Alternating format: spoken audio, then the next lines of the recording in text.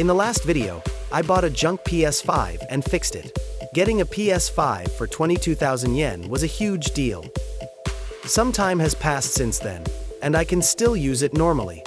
And this time, I plan to use this to build a new portable PS5. To be honest, the one I made before was impossible to call portable given its size and weight. I was too ambitious with things like the 17.3-inch LCD panel. In the end, the battery didn't even last an hour, so I feel like it would have been fine to leave it out. Taking that into consideration, this time I'm going to build a practical portable PS5 by limiting its features. So, I'll start by disassembling the PS5 right away and removing the motherboard and necessary parts. With this, the motherboard, the core of the PS5, has been removed. I placed it next to the motherboard used in the previous portable PS5, and the size is completely different. In terms of size, it's about 2/3 as large. It's no exaggeration to say that this size will determine the final size, so it looks like we can make it significantly smaller than last time. So, I'll start by modifying the motherboard, beginning with creating a cooling mechanism for this APU. The PS4's power consumption was about 70 to 80 watt, so a laptop heatsink could cool it without any problems. On the other hand, the PS5's power consumption has increased to about 200 watt, so it can't be cooled as easily as before. That's nearly 3 times the heat generation of the PS4. Because of that, in the previous portable PS5, I used the original cooling mechanism as is. However, this heatsink is too wide horizontally. Even though the motherboard is small, this will make the size bigger. It's a long shot, but I'll start by trying to use a CPU cooler I had lying around. I quickly printed a fixture to attach it to the motherboard, embedded an insert nut, attached it to the cooler, and secured it with screws. Now it can be attached to the motherboard. So, I secured it to the motherboard and checked its operation. Even when actually playing a game, it works surprisingly well. It's surprising that even a cooler like this can cool it down. I thought the cooling system was complete with this, but after playing a game for about 5 minutes, a temperature warning appeared. As expected, it wasn't enough. I realized after checking later that this CPU cooler is apparently only compatible with up to TDP 65 watt. No wonder it's struggling to cool a PS5 with 200 watt of power consumption. Not all 200 watt turns into heat, but a more powerful cooler is needed to cool it. So, I bought a new CPU cooler, or rather, a heatsink. That's a weirdly shaped heatsink. It was originally used in an HP server, and although it looks compact, it seems it can cool a server-grade CPU. There's a vapor chamber on the back. A vapor chamber. What's that? Mainstream general-purpose heatsinks use heat pipes to efficiently transfer heat to the fins, and the PS5's heatsink is also of that type. So the heat transfer path can be connected in a line. On the other hand, a vapor chamber is like a flattened heat pipe and can transfer heat across a surface. Compared to a heat pipe, the distance from the heat source to the fins is shorter, so the cooling performance seems high. The overall size is also smaller, which is great. That was a long digression, but I've brought the list of compatible CPUs for the server to understand the performance of this heatsink. What's important to note here is the TDP value written on the far right. Looking at this list, it seems it can even cool a CPU with a TDP of 145 watt. It doesn't reach the PS5's 200 watt power consumption, but we can expect good cooling performance. So, to attach it to the motherboard, I removed the excess screws from the heatsink, printed a fixture, embedded an insert nut, and the fixture is complete. Now, I'll attach this to the motherboard, secure it with screws, place the heatsink on top, and secure it with screws. The installation is complete, so the cooling mechanism is complete. I'd like to say that, but at this point, there's still no fan to blow air. The PS5's is a bit too big, and like the heatsink, we need to find something else. However, since it's not easy to find a fan of just the right size, this time I'm going to try making one myself. Is that even possible? First, I'll prepare a common type of fan. I'll remove this from the frame and cut off the blades. Once the surface is smooth, I'll 3D print the base and the blades. It's become considerably smaller in size. Then, I'll glue the motor part to the base. And once the blades are placed on top, the fan is complete. At the same time, I'll also make a plate to secure the motherboard and the fan. This time, you're using an aluminum plate. Up until now, I've used plastic base materials for their lightweight, but with the PS5, there's a lot of heat generated by parts other than the APU that needs to be dissipated, so I decided to use an aluminum plate. While we were doing that, we've come to the point of placing the motherboard. All that's left is to attach the fan blades, but as it is, there's no path for the air to flow, so I'll also print and attach a fan cover.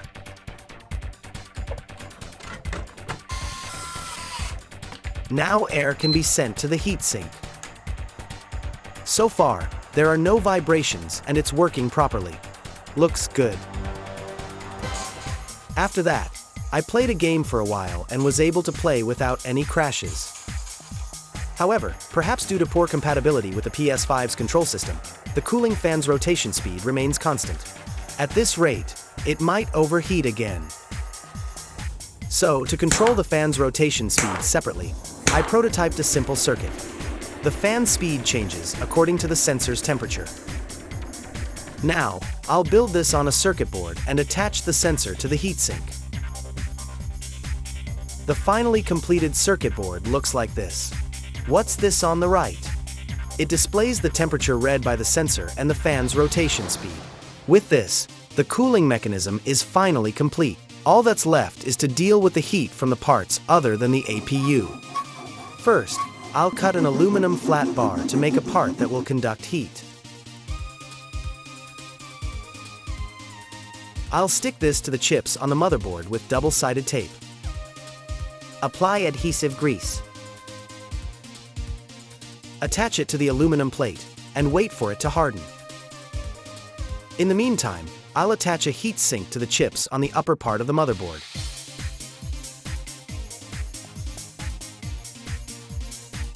Once the adhesive grease has hardened, I'll remove the motherboard.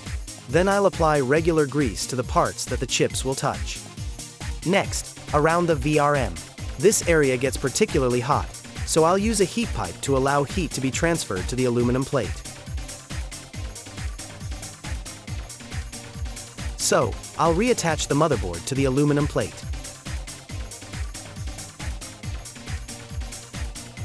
Now the heat from the entire motherboard can be dissipated. So, let's check the operation again. Perhaps because the fan speed is set high, the heat from the heatsink seems to be considerably suppressed even during gameplay. I'll also take a look at the surrounding temperature with a thermal camera. The area that isn't the heatsink is unusually hot. The heatsink is about 54 degrees Celsius at its hottest, but the VRM section in front is over 80 degrees Celsius. I suppose it can withstand up to about 100 degrees Celsius, but I'm a little worried. And so the work continues. First, I'll start by reapplying the grease. Since I frequently remove and attach the heatsink, I was temporarily using silicone grease, but I'll switch back to liquid metal grease. Come to think of it, you removed the liquid metal pouch from the APU because it interfered with the heatsink. Therefore, in its current state, there's a possibility that the liquid metal could come into contact with the surrounding chips. So, I'll apply a protective coating to the surrounding chips in advance. It looks like nail polish. It smells exactly like nail polish, and it's incredibly stinky. Ventilation is a must. I kept applying multiple coats, and this is how it turned out. It looks like it will provide protection. Since it takes time to dry, in the meantime, I'll attach the VRM heatsink I made earlier. By the way, the chips here are also coated with paint to prevent them from shorting out by touching the heatsink. That's surprisingly useful. After applying the adhesive, I'll place the heatsink. Once the paint has dried, I'll go back to reapplying the grease. I'll open the lid of the newly bought liquid metal grease and slowly squeeze it out. I completely misjudged the amount of force. Rematch. Once it's on the APU, all that's left is to spread it out with a cotton swab. Similarly, for the heatsink side as well. Once both are coated, I'll attach the heatsink.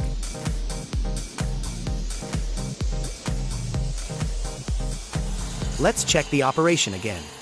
The temperature around the VRM has dropped to 65 degrees Celsius. The effect of the heatsink seems to be significant. This should be fine for long-term use. From here, I'll start working on the circuitry. In the background is a diagram of how each part is connected. There are still a lot of parts that haven't been attached yet. From here, I'll keep adding more parts. First, from the LCD panel section. This time, I bought a 15.6-inch LCD panel, which is one size smaller than the previous one. Over 17 inches was just too big. I was thinking, if it's 4K, I want a big screen, but it wasn't suitable for carrying around.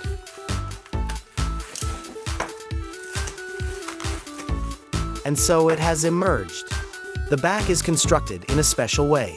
By the way, this time it's made by Sharp, a Japanese manufacturer, of all things. The performance as an LCD panel seems to be quite high. I also prepared an LCD control board and connected it to the motherboard. It seems to be working without any problems. With this, it's now pretty much able to operate on its own. Now, I'll keep working on securing the control board to the base.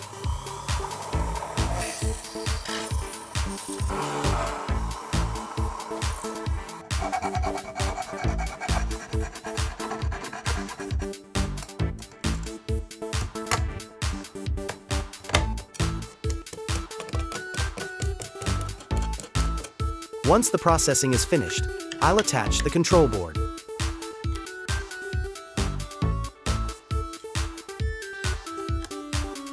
I'll also connect the cables.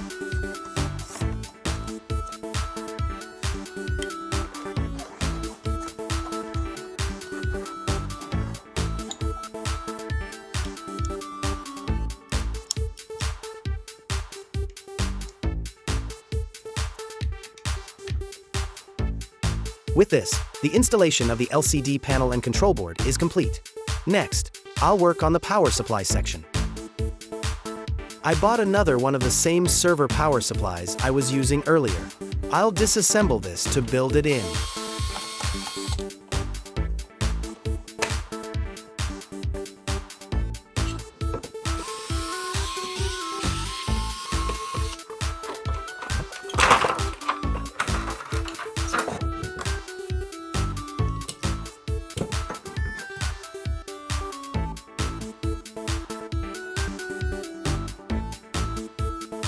As expected of a server power supply, the components are packed in tightly. Now I'll modify this to incorporate it.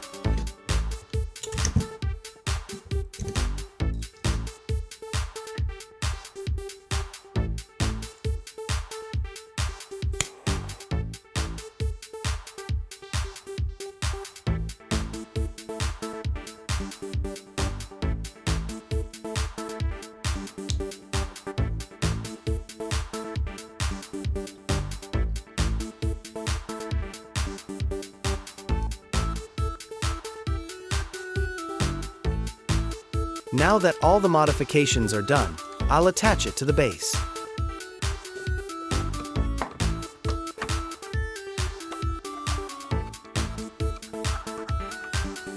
With this, the server power supply installation is also complete. All that's left are these parts here. Most of these are parts that will be attached after the case is complete. So for now, I'll work on this part. Currently, when the power is connected to the motherboard, the cooling fan spins even when the power button hasn't been pressed. It's a bit of a problem for it to be spinning constantly.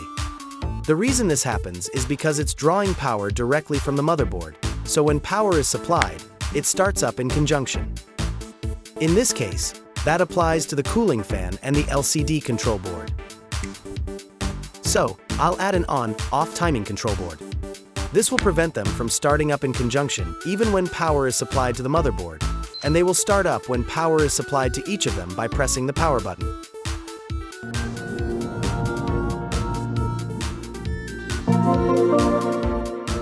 This way, it won't consume electricity unnecessarily.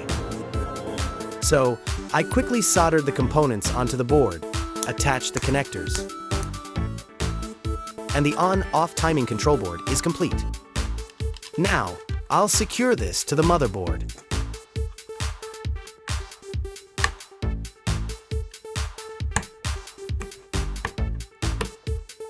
With this, most of the necessary parts are assembled.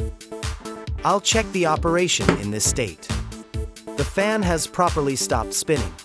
I'll press the power button. It's starting to spin.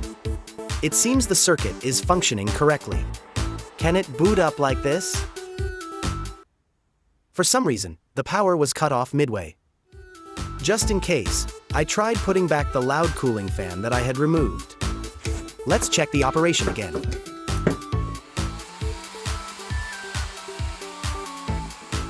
So, I'll press the power button.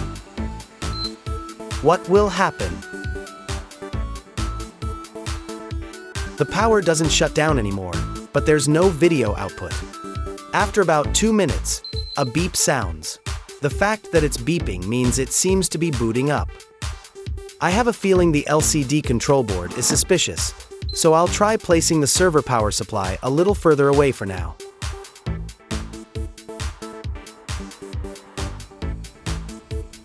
The image appeared correctly. The cause was the server power supply being on top. The noise coming from the server power supply is probably affecting it. To counter that, I've prepared a copper plate. I'll place this on top. Then I'll connect the copper plate to ground. So, I'll put the server power supply back in its original position and check the operation. I wonder if this will really have any effect. The video is displaying. It was resolved so easily. With this, the circuitry is also complete. By the way, the reason the server power supply shuts down seems to be that the fan's rotation signal is not being sent. As long as something is connected, it seems to work normally. This time, just like last time, I'll make the case with a 3D printer. What you see in the background is the model case. I'll print this right away and harvest it.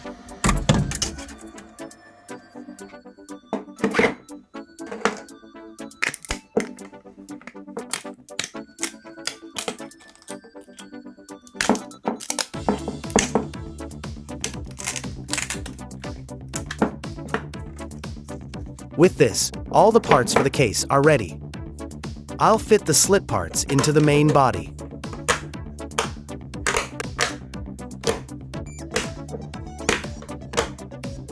Once it's fitted, I'll secure it with adhesive. With this, the slit part is attached. Now, I'll combine the left and right parts and secure them with adhesive. With this, the frame of the case is complete. Next, I'll process the aluminum base plate. First, I'll remove the motherboard that was attached and drill a bunch of holes.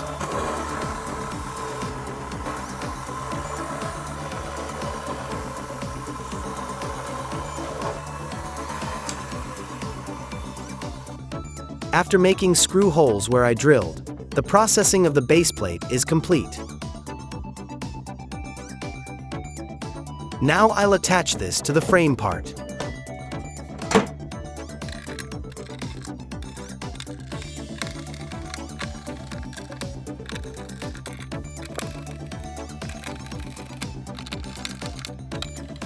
And so, the case is complete. Thanks to the 3D printer, it was completed in no time. I'll assemble the parts into the completed case. First, from the display that shows the heatsink temperature and fan speed. This is placed on the top of the case so it's always visible. Next is the cooling fan motor. For the sake of screwing it in, I'll attach it before the motherboard. Then I'll place the motherboard. Then, I'll secure it with screws and also attach hexagonal spacers to secure the circuit board.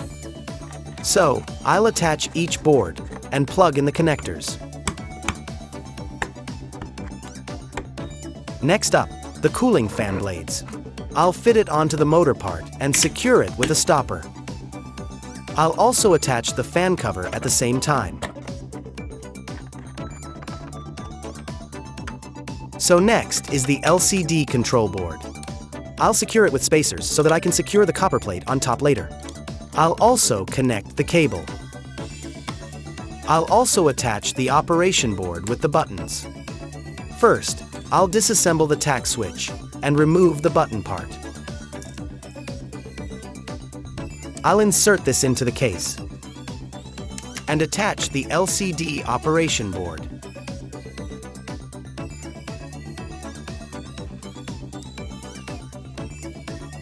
Now, I'll connect the remaining cables.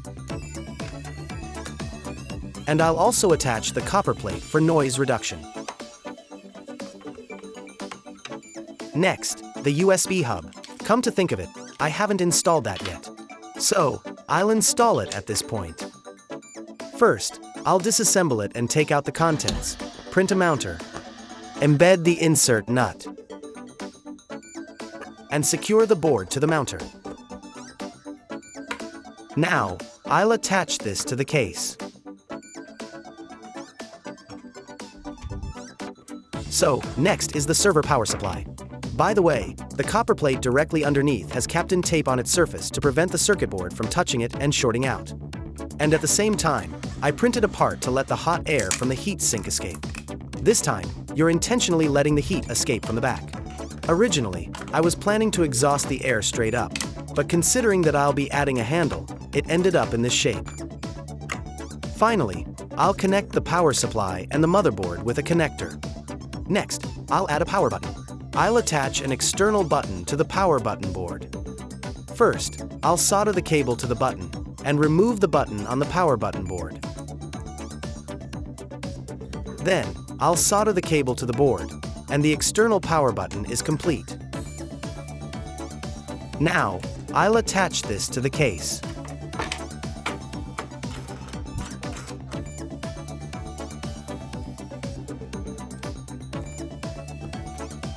Once it's assembled to a certain extent, we'll perform an operation check. So far, it's working without any particular problems.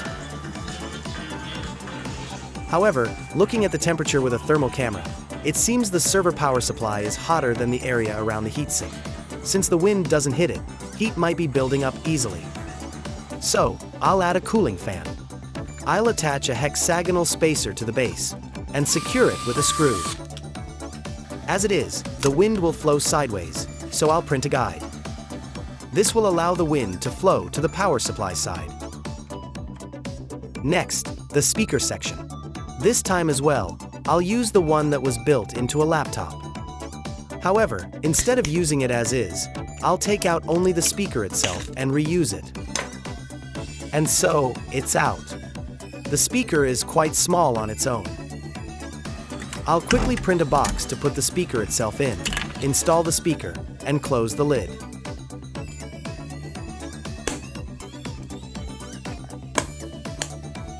With this, the speaker is complete. Now, I'll attach this to the main body.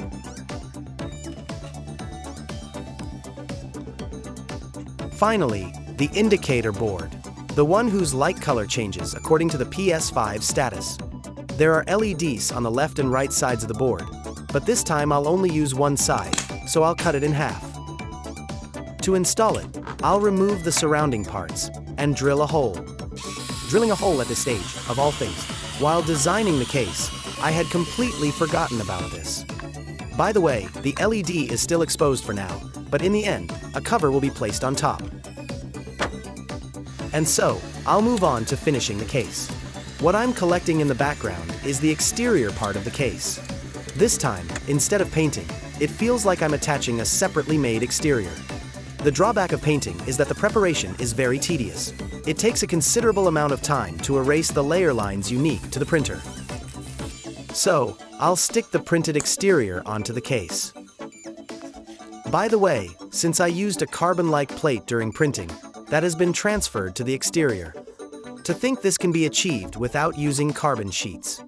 The possibilities of 3D printers are endless.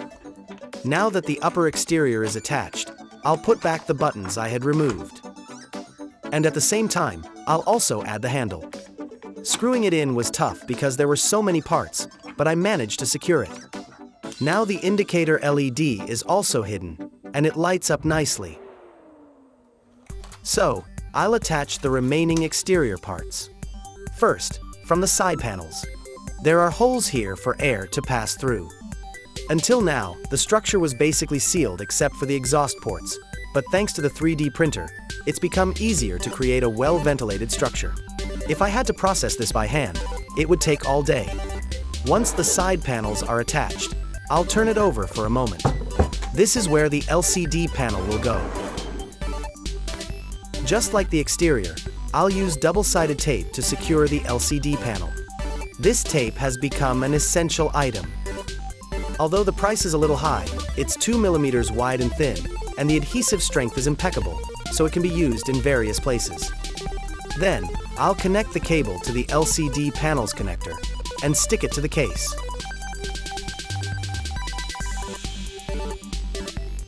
Before I forget, I'll also peel off the protective film.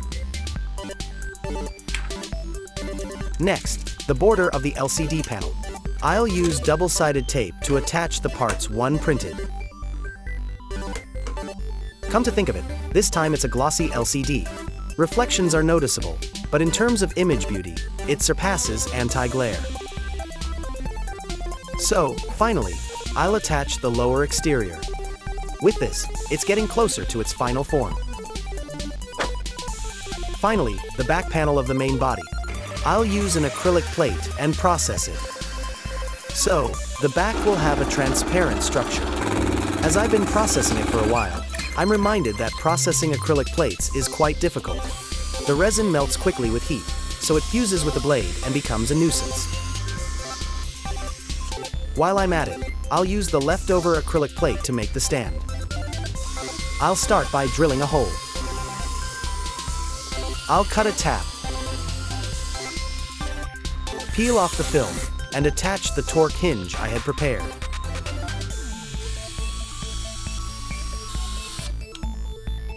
Now I'll attach this to the back panel, and the stand is complete. Finally, I'll attach the power socket. Now all that's left is to attach it to the main body, but before that, I'll make a few more parts. What I'm making here is a spacer, which I'll place on the main body so I can screw the back panel on. Additionally, I'll use this part to place screw holes in the 4 corners of the main body. Now the back panel can be secured at 8 points. It seems strong enough. So, I'll attach the back panel.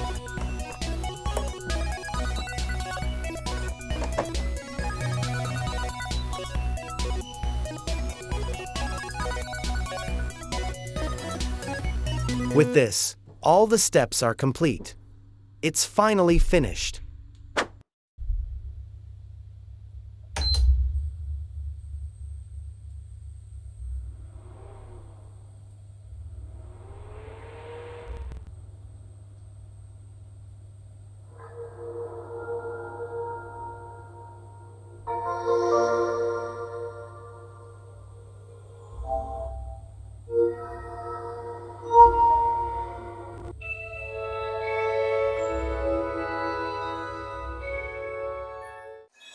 So, it's safely completed, and I'll now introduce each part.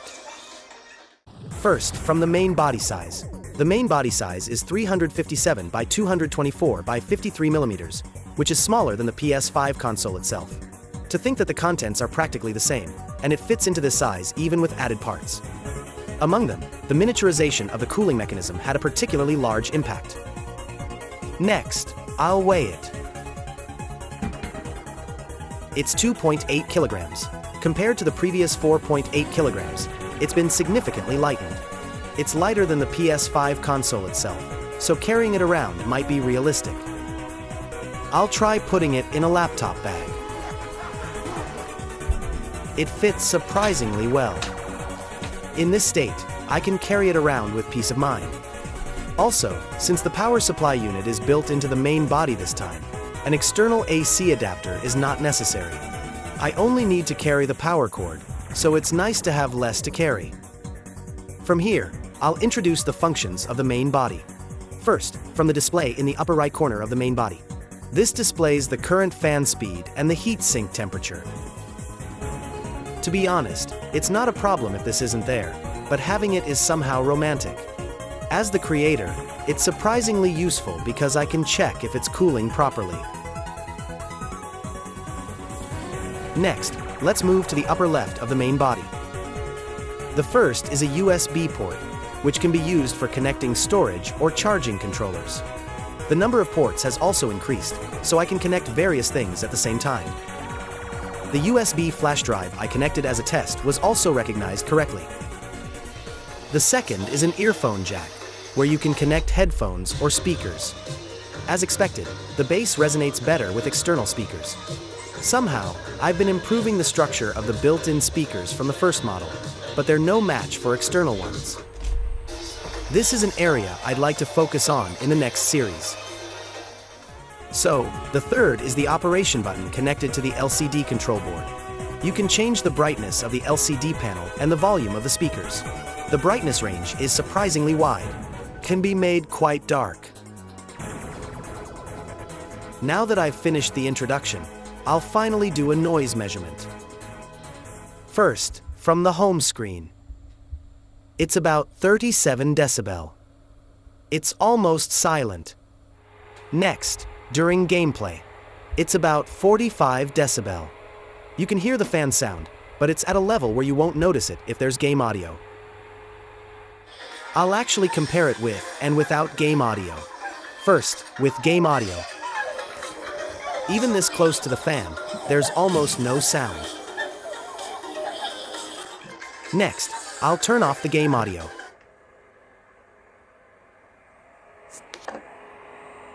In this state, you can finally hear the fan sound. It's running at almost full speed, but it's surprisingly quiet. So, what did you think? This time, based on the lessons learned from the previous portable PS5, it has been made lighter and has a more manageable size. Among the series I've made so far, this one was a pretty decent piece of work. This is especially thanks to the great benefit of the 3D printer, which can make anything. In this case, I didn't even need to paint it. Honestly, I don't feel like I can go back to the old processing methods. You've completely fallen into the 3D printer swamp. I'll continue to use it in various ways in the future. By the way, your posting frequency has dropped recently. I was surprised when I saw the posting date of the last video, but it's been over a year. By the way, the portable PS5 itself was completed in December of last year. It takes too long to edit. I think the posting frequency will drop even further in the future, but I plan to continue posting videos, so I would be grateful if you could wait patiently. It's a channel like this, but please continue to support us. Well then, thank you for watching to the end. Bonus chapter. I'll try running the portable PS5 I made this time with an RC car battery. I'm curious if it will run on a palm-sized battery like this. By the way, I've extended the power connector on the main unit, so the battery connects directly. With this, the installation is complete. From here, I'll turn on the power and measure the running time. I'll also place a clock next to it to make it easier to see the change in time. No, it's too big. This was the only analog clock I had nearby. So, it worked normally. Now, from here I'll start playing a game.